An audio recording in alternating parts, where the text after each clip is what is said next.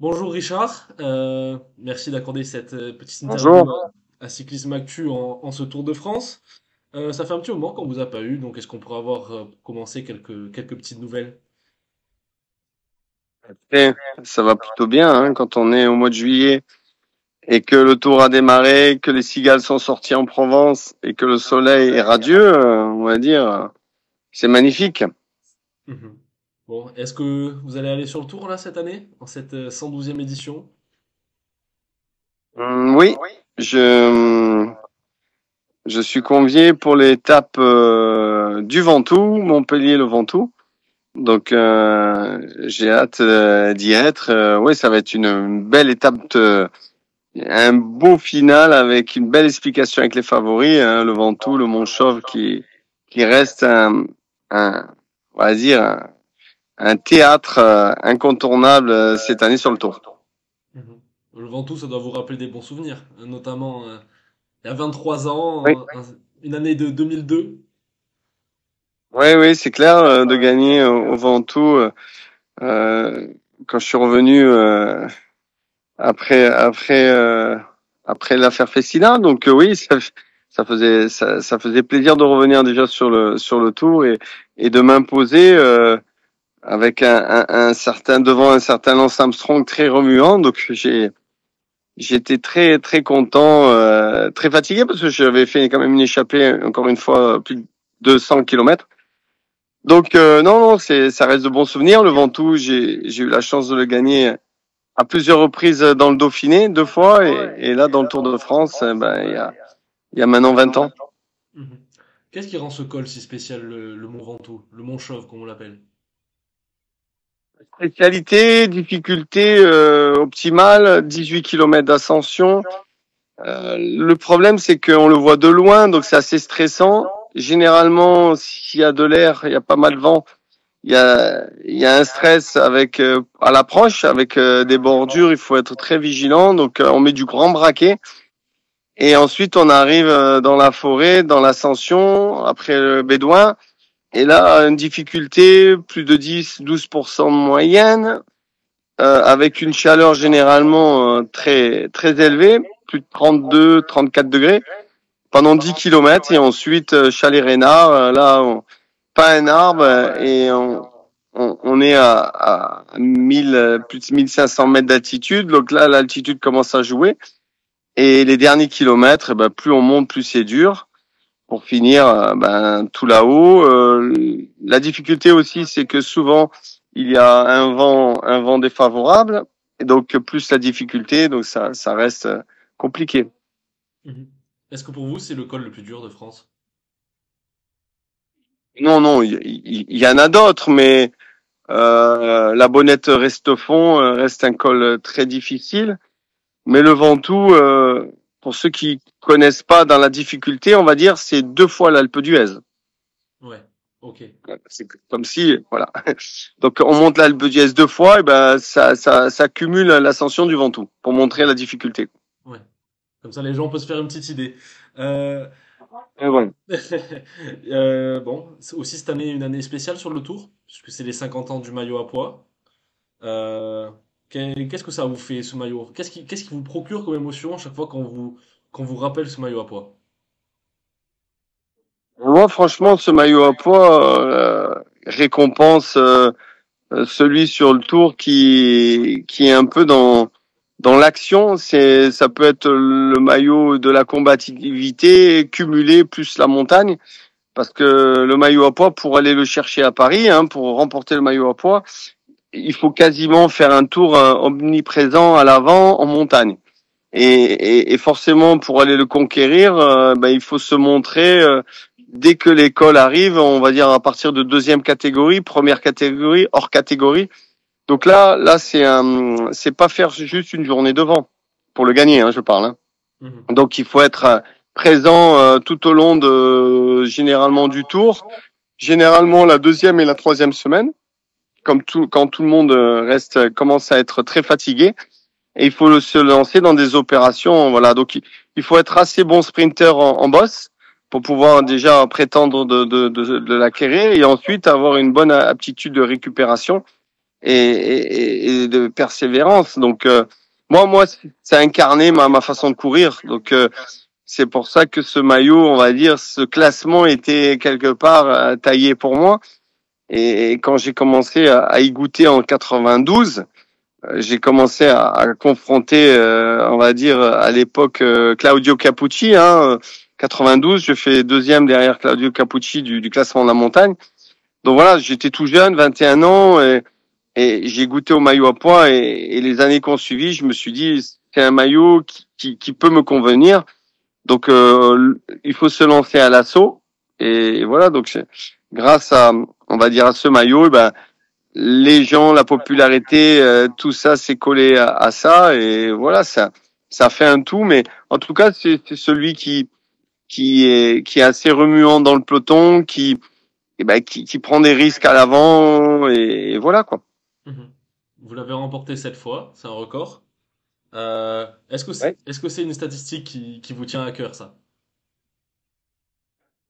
Quand j'étais dans mes dernières années de carrière, je me suis dit ça serait pas mal voilà de le mettre à 7. Bon, sachant que il y a 2 Tours de France, je suis resté dans le vestiaire. Donc les 2 Tours de France où j'étais, on va dire dans mon état de grâce physique. Et voilà. Donc aujourd'hui, on est à 7. Je me dis que j'aurais pu faire mieux, mais déjà 7 c'est pas mal. Il y a des regrets sur ça? De pas être monté à 8 ou 9? Pas de regret, mais quand vous êtes cycliste professionnel, que la carrière dure une dizaine d'années et que quelque part on vous met sur le banc, sur un banc parce qu'il faut faire passer des messages, c'est un peu dur à digérer quoi. Mhm. On comprend. Allez, sur ces 7 maillots à pois, est-ce qu'il y en a un qui reste votre favori? Peut-être le premier, le dernier? Je sais pas. Dites-moi tout. Euh, Franchement, la première fois que j'ai goûté au maillot à pois, donc c'était au Tour 92. Ça m'a fait vraiment quelque chose et de découvrir le Tour parce que je connaissais pas le Tour, l'ampleur du Tour. Et derrière ça,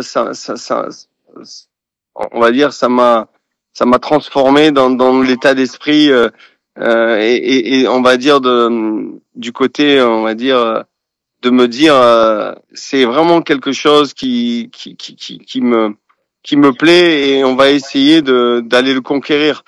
Et franchement, sur tous les tours que j'ai fait, j'ai eu la chance sur on va dire les 13 participations du tour, d'être toujours à l'action ou pour le classement général ou pour le maillot à pois ou pour gagner une étape. Donc donc forcément et après j'avais une équipe autour de moi qui me permettait d'envoyer des équipiers pour faire des points pour garder le maillot chaud dans on va dire dans la formation, notamment quand on se rappelle notre regretté Pascal Hervé qui allait aux avant-postes pour prendre des points, prendre le maillot à pois, ou des coureurs comme Laurent Brochard, voilà, des coureurs talentueux qui se permettaient de prendre le maillot à pois en attendant que j'aille le chercher dans la dernière semaine pour que je m'économise. Parce qu'à un moment donné, je commençais à courir pas l'économie, mais on cherchait, on va dire, le Graal. Quand vous avez gagné, on va dire, 5 fois, 4 fois le maillot à pois, d'un coup, on se dit, bon, qu'est-ce qu'on peut faire d'autre, quelque part? Donc voilà, donc c'est pour expliquer que le maillot à pois, c'est un maillot qui donne on va dire, qui donne, on va dire une dimension et on se transforme quelque part grâce à l'engouement du public. Quand on est français et les gens au bord de la route, c'est un maillot qui est rapidement reconnaissable.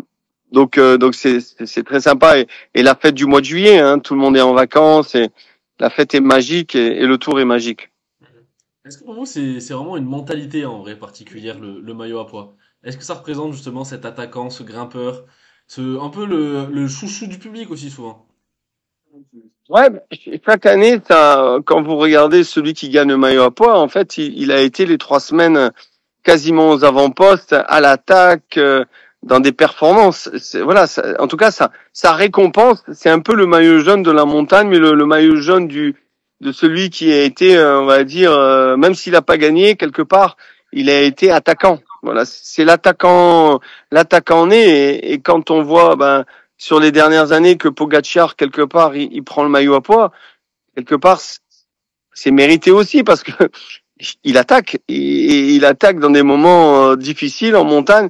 Bon, maintenant les points sont, ils ont arrêté de les doubler à part un hors catégorie. Donc ça va peut-être changer la donne, mais en tout cas le maillot à poids, il récompense celui qui passe, on va dire le mois de juillet à l'avant et voilà. Donc c'est tout simplement comme ça. Mhm. Justement, sur ce maillot à poids, est-ce que vous n'avez pas l'impression qu'il a été un peu dévalué ces dernières années? C'est l'impression que beaucoup de personnes ont, que ce n'est plus souvent l'objectif principal des coureurs, mais un peu un objectif secondaire, ou le fait tout simplement que les favoris du général, sans vraiment le vouloir, comme Pogacar à plusieurs reprises, ont réussi à remporter ce maillot, un peu par défaut. Et je trouve que non. Moi, le problème quand vous laissez un héritage comme j'ai fait plein de fois de le gagner, après, ben il y a des coureurs qui vont le gagner une fois, ils vont le gagner deux fois, mais le plus difficile dans tout ça, vous savez, quand vous faites un classement ou des grosses performances dans une carrière, il faut pouvoir les répéter. C'est la répétition qui fait, on va dire, un palmarès et tout ça. Donc après, ben le maillot change de tête et voilà. Donc c'est, moi je trouve pas qu'il est évalué, bien au contraire. Hein, donc il y a des Français qui essayent d'aller l'accrocher, qui l'ont accroché, hein, que ça soit Julien Alaphilippe il y a quelques années, qui l'avait sublimé derrière et grâce à ce maillot derrière, il est allé à flirter avec le maillot jaune. Que ça soit Romain Bardet aussi, qui flirtait avec les podiums et qui avait le maillot à poids. Voilà, que ça soit Barguil qui l'a gagné et après bon, malheureusement derrière il faut passer la deuxième vitesse. Vous voyez ce que je veux dire? Il faut rééditer les années et là ça devient compliqué. Donc aujourd'hui il y a un petit jeune qui s'appelle Lenny Martinez qui est allé le chercher dans une étape, on va dire, où il y avait pas mal de points. Mais maintenant, le plus dur reste à faire. Donc, il faut qu'il soit présent. Le passage des Pyrénées et il y a des gros points. Donc voilà. Donc maintenant, on se lance vraiment dans le vrai combat mais en tout cas, ça galvanise et ça sublime le coureur qui essaie de le gagner. Mhm. Allez, dernière petite question, le petit pronostic de Richard Virenque, qui sera maillot à poids à la fin du Tour de France 2025 à Paris. Pour moi, ce sera Vingegaard. Vingegaard parce que je pense que il va lui donner du fil à retordre à Pogacar et peut-être il gagnera pas le Tour, mais il aura comme on va dire comme récompense ce maillot à poids. Peut-être qu'il peut lui faire du bien parce que quand on regarde Vingegaard, c'est une personne introvertie qui est un peu trop timide et je pense que le maillot à poids lui ferait du bien dans son relationnel image que Tadej Pogacar, le maillot jaune est stylé, même il a gagné plusieurs fois le maillot à poids. Aujourd'hui, voilà. Donc je pense que Vingegaard va peut-être aller le chercher sur le podium à Paris. Ok, eh ben, merci pour ce petit pronostic et cette interview accordée à Cyclisme Actu. Ben, on espère vous voir au plus vite sur les routes, donc on l'a compris aussi sur le Tour de France, l'étape du Ventoux. Merci Richard Virenque. Merci, bonne journée à tous. Au revoir. Au revoir. Ben nickel, merci beaucoup. Et puis Ok. allez, ben ouais, bonne journée et bon tour. Merci. Au Merci, revoir. Au ciao. revoir.